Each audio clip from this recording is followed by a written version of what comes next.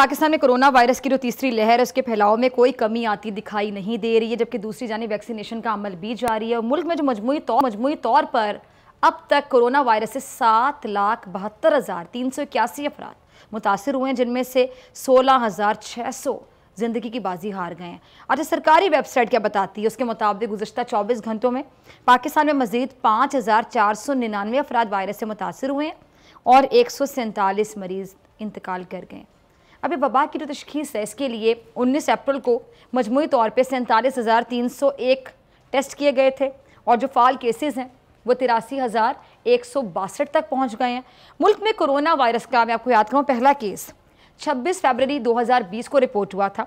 उसके बाद वबा के फैलाव में उतार चढ़ाव भी जारी है और अब तक बीमारी की 2 लहरें देखी जा चुकी हैं। अब ये तीसरी लहर इसका सामना कर रहे हैं। तीसरी लहर का फैलाव अभी जारी है। केसेस में हालिया इजाफे के पेश नज़र कई इलाकों में दोबारा लॉकडाउन और स्मार्ट लॉकडाउन भी लगाया गया है और कारोबारी जो सरगर्मियाँ उनके औकात भी महदूद कर दिए गए हैं।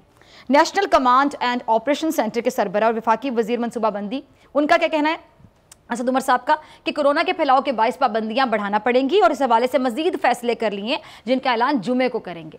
उनका मजीद क्या कहना था वो भी मैं ज़रा शेयर कर दूँ। मजीद कहते हैं कि मुल्क में जो कोरोना की सिचुएशन है, सूरत हाल है, बहुत संगीन हो चुकी है। कराची, लाहौर, हैदराबाद, फैसलाबाद और पेशावर से में जितने भी बड़े शहर हैं वहाँ पे कोरोना मुस्बत केसेस की शरह दुगनी हो गई है, यानी डबल हो गई है। इस पर बात करने के लिए मेरे साथ मौजूद हैं टास्क फोर्स और प्रोफेसर डॉक्टर अताउर रहमान साहब। किसी तारुफ के मोहताज नहीं, लम्हा बलम्हा में आगाह करते रहते हैं कोरोना की सिचुएशन पर। बहुत शुक्रिया डॉक्टर साहब ज्वाइन करने के लिए। डॉक्टर साहब, ये तीसरी लहर तो बहुत ज़्यादा खतरनाक होती चली जा रही है और असद उमर साहब की अब ये जो हालिया जो उन्होंने बयान दिया, उन्होंने कहा कि जी ये तकरीबन दोगुना हो गई, यानी डबल हो गई शरह, तो ये तो बहुत ज़्यादा अलार्मिंग सिचुएशन हो गई है। जी, ये बहुत ख़तरनाक है क्योंकि ये जो है ये पुराना वाला वायरस से काफ़ी मुख्तलिफ है। इसमें उस जगह पे म्यूटेशन हो चुकी है जिस जगह से ये दाखिल होता है इंसानी खलियों में, और इसकी वजह से ये बहुत आसानी से दाखिल हो रहा है और बहुत आसानी से फैल रहा है इंसानी जिस्म के अंदर। तो ये जो है ये B117 जो वैरायटी है जो डोमिनेट कर रही है। कराची में हमने हमारे यूनिवर्सिटी के कराची यूनिवर्सिटी का एक सेंटर है, Jamil Rahman centre for genomics research, वहाँ इसकी रोज़ाना की बुनियाद पर और हर हफ्ते उन म्यूटेशंस का जायज़ा ले रहे हैं जो उन तब्दीलियों के ये हो रही हैं। तो ये जो है ये B117 जो है ये बहुत ही ख़तरनाक म्यूटेशन है और तकरीबन कराची में मैं बता सकता हूँ आपको कि 40% से ज़्यादा केसेस जो हैं अब इस वाली म्यूटेशन की वजह से हैं, ना कि वो पुराना वाला जो चाइना से वायरस हासिल हुआ था उसकी वजह से। तो काफ़ी तेज़ी से ये तब्दील हो रहा है और इसकी वजह से ख़तरा भी बढ़ता जा रहा है और ये बहुत ज़रूरी हो गया है क्योंकि कोई दवाई नहीं है। वैक्सीन आते आते भी कम से कम 6 महीने से 12 महीने लग सकते हैं, इससे पहले कि 15-16 करोड़ अफराद वैक्सीनेट हों। तो इसके अलावा कोई चारा नहीं है सिवाय इसके कि हम एहतियात करें। अच्छा, ये आपने वैक्सीन का जिक्र किया, अभी जो पाकिस्तान में जो जितनी भी वैक्सीन का ट्रायल चल रहा है इनमें कौन कौन सी वैक्सीन हैं और पाकिस्तान जो अपनी वैक्सीन बनाना शुरू करेगा कब तक वो हो सकता है? जी, यहाँ पे सबसे पहला ट्रायल जो शुरू हुआ था वो ये 2 वैक्सीन्स हैं। एक सिनोफार्म है जो कि कराची यूनिवर्सिटी में हमारे इदारे में इसका ट्रायल हुआ और यही हुकूमत ने बड़े पैमाने पे चुनी है इंपोर्ट करने के लिए, और दूसरा जो है वो कैंसिनो बायो है जिसका नेशनल इंस्टीट्यूट ऑफ हेल्थ में ट्रायल हुआ और ये भी हुकूमत ने चुना है इसको इंपोर्ट करने के लिए। और इसके अलावा और भी इंपोर्ट्स होने की बातचीत हो रही है, कुछ इंपोर्ट्स हो रही हैं जैसे कि स्पुतनिक 5 है जो रशियन वैक्सीन है वो है, और जो दूसरे जो वैक्सीन्स हैं एस्ट्राजेनेका और दूसरी वैक्सीन्स उनके सिलसिले में भी इंपोर्ट होने की कोशिश हो रही है। लेकिन जो ज़्यादा इस वक्त आ रही हैं पाकिस्तान में वो ये 3 वैक्सीन्स हैं, 2 चाइनीज़ और एक ये स्पुतनिक 5, ये 3 वैक्सीन्स प्रीडोमिनेट कर रही हैं। और ये लेकिन फिर भी इनकी मिक़दार जो है बहुत कम है जो हमें मिल रही है क्योंकि मैन्युफैक्चर जो है वो बहुत दुनिया भर में डिमांड बहुत ज़्यादा है और इस जो मैन्युफैक्चरिंग फैसिलिटी है जो बनाने की इसकी जो प्रोडक्शन की सलाहियत है वो उसके मुकाबले में बहुत कम है। तो इसीलिए मैंने अर्ज़ किया कि 6 महीने से 12 महीने लग सकते हैं इससे पहले कि आपकी 15 करोड़ अफराद या इससे ज़्यादा वैक्सीनेट हो जाएं। अच्छा, ये जी डॉक्टर साहब आप कंप्लीट कीजिए। एक खुशखबरी है कि एक दवाई ईजाद हुई है जिसका नाम मोलनूपिराविर है इसके क्लिनिकल ट्रायल्स अमेरिका में अभी रिपोर्ट हुए हैं। मर्क एक अमेरिकन कंपनी है, उन्होंने फेज़ 1 और फेज़ 2 बहुत सक्सेसफुली किए हैं और ये देखा है कि जिन लोगों को कोरोना वायरस हो जाता है उनको अगर ये दी जाए तो बहुत तेज़ी से जो वायरस के पार्टिकल्स हैं वो कम होते हैं, जिसमें और रिकवरी बहुत तेज़ी से होती है। इसके फेज़ 3 क्लिनिकल ट्रायल्स अब होने जा रहे हैं और अगर ये भी कामयाबी से हो जाते हैं तो ये उम्मीद की किरण अब सामने आ रही है। वैक्सीन तो सिर्फ आप प्रिवेंट करती है, आपको कोरोना वायरस ना हो, अगर या हो तो शिद्दत से ना, उसकी इंटेंसिटी कम हो। ठीक है जी, लेकिन ये कोई दवाई नहीं थी पहले, अब ये दवाई भी सामने इंशाल्लाह अच्छा डॉक्टर साहब, ये इंशाल्लाह ठीक है सामने आ जाएगी। डॉक्टर साहब, ये अब एहतियात के लिए भी ज़रा कुछ बता दीजिएगा। आप तो गहरी नज़र रखते हैं और आप तो मैं कहती हूँ कि रोज़ की बुनियाद पर, क्या आप तो हर मिनट की बुनियाद पर, हर घंटे की बुनियाद पर जो लेटेस्ट जो अपडेट्स आती होंगी, आपके नॉलेज का हिस्सा होती होंगी, वो आप खुद को भी अपडेट करते रहते होंगे। इसके लिए जो कहा जाता है कि गर्म पानी अगर आप डेली पिएँ, दिन में एटलीस्ट 2 या 3 बार, मतलब ऑलमोस्ट 1 लीटर कहा जा रहा है या हाफ लीटर, एटलीस्ट 2 दफ़ा बड़ा बड़ा जिस तरह ये बड़ा कप होता है भर के आप पी लें, तो इससे भी हम कह सकते हैं कि बचा जा सकता है। मास्क के अलावा क्योंकि प्रैक्टिस में कोई ऐसी चीज़ें, डाइट में कोई ऐसी चीज़ें शामिल कर ली जाए, लाइक मल्टीविटामिन्स खाई जाएँ, विटामिन सी का इस्तेमाल किया जाए, विटामिन डी का इस्तेमाल किया जाए, तो कुछ चीज़ें अगर आप थोड़े टिप्स देना चाहें कि अगर बीमारी खुदा ना खासा हमला करती भी है तो आपके अंदर इतनी इम्यूनिटी हो कि आप उससे लड़ लें, उतनी शिद्दत के साथ वो हमला ना हो। जी, अगर आप सब्जियां ज़्यादा खाएंगे तो उससे आपके अंदर क़ुव्वत मुदाफ़ियत बेहतर होती है। कुछ ऐसी चीज़ें हैं जो कि इस्तेमाल होती हैं, जैसे कि पुदीना है, पुदीने के अंदर कुछ ऐसे मुरक्कबात हैं, उसकी अगर आप चटनी खाएं तो वो आपके अंदर इसके ख़िलाफ़ उसमें मुरक्कबात हैं। इसी तरह कुछ और भी ऐसी चीज़ें जो एडिबल मटीरियल्स हैं, जिसके और इस पर ख़ासी तहक़ीक़ हो रही है हमारे ही इदारे में। हम इसको कल्चर कर रहे हैं, वायरस को लेबॉरेटरी के अंदर इसको ग्रो कर रहे हैं और देख रहे हैं कि कौन सी जड़ी बूटियाँ जो हैं इसके ख़िलाफ़ इफ़ेक्टिव हैं और इसकी ग्रोथ को, इसके फैलाव को रोकती हैं। इसमें हमने पैटेंट भी किए हैं, लोकल पैटेंट तो फाइल हो गए हैं, अमेरिका में भी पैटेंट दाखिल कर रखे हैं जो जल्द सामने आ जाएंगे। तो बहुत सी चीज़ें हैं, लेकिन गर्म पानी पीने से ये नहीं कहा जा सकता कि आपको इससे बच सकेंगे। फ़ायदा यकीनन हो सकता है, ये वॉश डाउन होगा, लेकिन कोई साइंटिफिक एविडेंस नहीं है कि आप स्टीम लें या गर्म पानी लें तो उससे आप बेहतर हो सकेंगे। लेकिन एक डेवलपमेंट हुई है, वो ये कि अब नेज़ल वैक्सीन, मतलब आपको इंजेक्शन लगाने की ज़रूरत नहीं होगी। अब ये वैक्सीन डेवलप हो गई हैं और इनके क्लिनिकल ट्रायल्स हो रहे हैं कि आप स्प्रे नाक में कर देंगे तो छोटी सी स्प्रे की बॉटल होगी और उससे जो है बहुत ज़बरदस्त फ़ायदा होता है। तो ये नेज़ल वैक्सीन दुनिया के कई ममालिक में, अमेरिका, यूरोप और हिंदुस्तान में भी ये डेवलप हो रही है। डॉक्टर साहब, जो नेज़ल वैक्सीन है इसके बारे में ज़रा बता दीजिएगा कि क्या, किस तरह उसकी डोजेज कैसे डिसाइड की जाएगी, कितनी बार वो स्प्रे करना होगा, ज़रा ये भी थोड़ी तफसील बता दें अगर आपके पास इन्फॉर्मेशन है।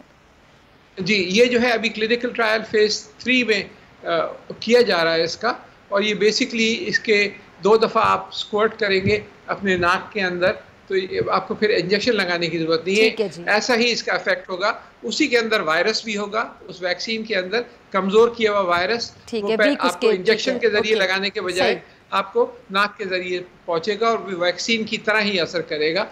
तो ये जो है ये कई कंपनियां बना रही हैं और हमारा ख्याल है कि इस साल गर्मियों तक। डॉक्टर साहब, जरा ये भी गाइड कर दीजिएगा कि ये जिस तरह दवाई का कोई भी रूट ऑफ एडमिनिस्ट्रेशन होता है कि किस तरह उसको एडमिनिस्टर किया जाए, या लाइक आप ओरल फॉर्म में ले रहे हैं या आप इंट्रावीनस रूट से ले रहे हैं, आप इंट्रामस्कुलर रूट से ले रहे हैं, तो अगर वो जो नेज़ल स्प्रेस की आप बात कर रहे हैं उस पर अगर तहकीक की जा रही है और वो आ रहा है मार्केट में, तो उसकी आपको क्या वजह समझ आती है कि इंजेक्शन के थ्रू और उसमें क्या फ़र्क होगा, या ये ज़रूरत क्यों महसूस हुई कि उसको नेज़ल ड्रॉपलेट्स की फॉर्म में बनाया जाए? उसकी वजह यह है कि ये बहुत आसानी से बन सकता है, बहुत बड़ी तादाद में बन सकता है, और आप नेज़ल लेते हैं तो अल्टीमेटली वो आपके लंग्स के ज़रिए फिर खून के अंदर ही शामिल होता है और खून के ज़रिए फिर जिस्म के मुख्तलिफ आज़ा पर पहुंच जाता है।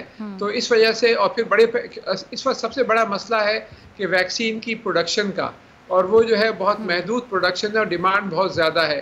तो इसलिए दूसरे किस्म के वैक्सीन ही है ये, लेकिन नेज़ल वैक्सीन कह सकते हैं। तो नाक के ज़रिए, अगर सांस के ज़रिए आप लेते हैं तो उसका भी वही असर होता है जो कि नॉर्मल आपके इंजेक्शन लगाने से वैक्सीन का असर होता है। तो इस पे ये कई ममालिक अब ये डेवलप कर रहे हैं, जैसे मैंने अच्छा, इसकी एफिकेसी जो है डॉक्टर साहब, मैं ज़रा एफिकेसी बेसिकली समझना चाह रही थी कि इसकी एफिकेसी भी उतनी ही होगी फादिया जिस तरह इंजेक्शन की होगी? बिल्कुल, एफिकेसी वही है, क्योंकि वही वाला वायरस है, उसी तरीके से बनाया गया है या उसी वायरस का टुकड़ा है, और उसका अगर डोज उतना ले रही है कि खून में उतना पहुंच जाए तो फिर उसकी एफिकेसी वही है जो कि एक इंजेक्शन के जरिए होती है। अच्छा डॉक्टर साहब, ये जो अब हुकूमत को क्या पाबंदियां मजीद बढ़ाना पड़ेंगी, ये जो लॉकडाउन स्मार्ट लॉकडाउन है, और लोगों को मैं चाहती हूँ ज़रा आप आगाह कर दें यहाँ से थोड़ा, मतलब किसी की बात पे किसी को समझ आ जाती है कि किस हद तक ये खतरनाक हो चुके हैं। अभी भी बहुत से लोग मास्क नहीं पहन रहे, बल्कि बहुत से लोग मुझे ऐसे मिलते हैं जो कहते हैं जी मास्क पहन के हमें सांस नहीं आता है, तो उनको ज़रा समझा दें कि मास्क से जो सांस नहीं आता वो फिर भी चले, आ तो रहा है रुक रुक के, लेकिन खुदा ना खासा वायरस चला गया वहाँ तक, तो फिर कैसे सांस लेंगे आप? जो मास्क है वो तो बहुत ही अहम है, क्योंकि जब आप मास्क पहने होते हैं और जो दूसरे लोग आपके साथ कमरे में होते हैं वो भी मास्क पहने होते हैं, तो वो खांसते हैं या छींकते हैं या ज़ोर से बात करते हैं, जो पार्टिकल्स निकलते हैं, ज़र्रात जो निकलते हैं, वो फिर ज़्यादातर मास्क के अंदर जल्ब हो जाते हैं और हवा में बाहर फैलते नहीं हैं। इस वजह से आपका मास्क जो है वो दूसरे लोगों को प्रोटेक्ट कर रहा है और दूसरे लोगों का मास्क जो है वो आपको प्रोटेक्ट कर रहा है, मतलब you for me and me for you वाला किस्सा है यहाँ पर। और इसके लिए बहुत ज़रूरी है कि सब लोग मास्क पहने, लेकिन हुकूमत को मैं मशवरा ये दूंगा कि जो ट्रैवल रिस्ट्रिक्शंस फौरी तौर पे लगानी चाहिए, क्योंकि ख़ास तौर पे हिंदुस्तान में जो अब फैल रहा है, अब देखें रोज़ाना तकरीबन 8 साढ़े 8 लाख केसेस दुनिया में हो रहे हैं, जिसमें से तकरीबन 2,70,000 केसेस, तकरीबन 1/3 दुनिया के केसेस की सिर्फ हिंदुस्तान में है। और हिंदुस्तान में ये जो डबल म्यूटेशन जो पाई गई है ये बिल्कुल आउट ऑफ कंट्रोल हो गई है और पूरा हिंदुस्तान इस वक्त पैरालाइज्ड है। और ये जो है, ये जो हमारे यहाँ इंडिया से विजिटर्स आ रहे हैं, या तो बॉर्डर के ज़रिए जो सिख यात्री आ रहे हैं, या फिर दूसरे रूट से, या फिर अफ़गानिस्तान से जो लोग आ रहे हैं जहाँ इंडियंस जाते हैं, या दुबई से आ रहे हैं जहाँ इंडियंस जाते हैं, तो ये वाला जो वायरस जो इंडिया में फैल रहा है ये बहुत ही खतरनाक है। ये उससे कहीं ज्यादा खतरनाक है जो कि बर्तानिया से आया है, और इसको रोकना लाजमी है। तो इस जैसे डॉक्टर साहब आपने अभी टाइप्स की बात की, मतलब ये वायरस जो है ये म्यूटेट कर रहा है, मतलब अपनी शक्ल चेंज कर रहा है, तो आम नाजरीन जिन्होंने साइंस नहीं पढ़ी, जिनको नहीं पता कि वायरस जो है ये कैसे शक्ल चेंज करता है, कैसे म्यूटेशन करता है, तो मुझे उनको ज़रा आसान अल्फाज में समझाइएगा। जो म्यूटेशन होती है, साथ ही मेरा एक सवाल वो भी आसान अल्फाज में समझा दीजिएगा, जिस तरह एंटीबायोटिक्स होती हैं कि first generation, second generation, third generation, मतलब आपने जब लेटेस्ट जनरेशन वाली ले ली तो पुरानी वाली आप पे उतना असर नहीं कर सकती है, तो इसमें जो काम हो रहा है वैक्सीनेशन की फॉर्म में, अद्वियात की फॉर्म में, तो हमें कह सकते हैं कि अभी की शक्ल देख के या वो देखकर जो अभी उसका स्ट्रक्चर है वो देखकर काम हो रहा है, कल को अगर वो म्यूटेट करता है, अपनी शक्ल मजीद तब्दील करता है, तो क्या उस पर भी वो इफेक्टिव होगी वो वैक्सीनेशन या वैक्सीन या फिर वो जो दवा है? जी, ये जो है वायरस आपने देखा होगा कि एक फुटबॉल नुमा होता है जिसमें छोटी छोटी घुंडियां लगी होती हैं, तो अंदर इसका जो आरएनए, जो इसका जो स्ट्रक्चर है, वो समझे एक लंबा सा मोतियों का हार है। सही। और वो हार जो है उसमें 30,000 के लगभग मोती हैं। मोती यानी कि मॉलिक्यूल्स हैं, और वो मोती जो हैं, वो मॉलिक्यूल जो हैं वो एक्सचेंज हो जाते हैं, वो बदल जाते हैं को किसी जगह पर। वो जहाँ जब ये बदलते हैं तो उसको कहते हैं कि ये इसने अब म्यूटेट हो गया, इसने अपनी साख्त तब्दील कर ली। और जैसे जैसे वो म्यूटेट होते हैं वैसे वैसे इसका जो बिहेवियर है, इसका जो अंदाज है फैलने का, वो भी तब्दील हो सकता है। खास तौर पे जो इस पे घुंडियां लगी होती हैं छोटी छोटी, उस पे खास किस्म की प्रोटीन्स होती हैं जो कि जिसके जरिए ये खलियों के अंदर कुछ रिसेप्टर्स होते हैं। तो जैसे चाबी लगती है ताले के अंदर, इस तरह ये जो स्पाइक प्रोटीन्स हैं ये उन रिसेप्टर्स के अंदर इसी तरह दाखिल होती हैं और फिर उसके अंदर घुसकर फिर ये इंसानी खलियों का जो मैकेनिज्म है मल्टीप्लिकेशन का, उसको टेक ओवर कर लेते हैं।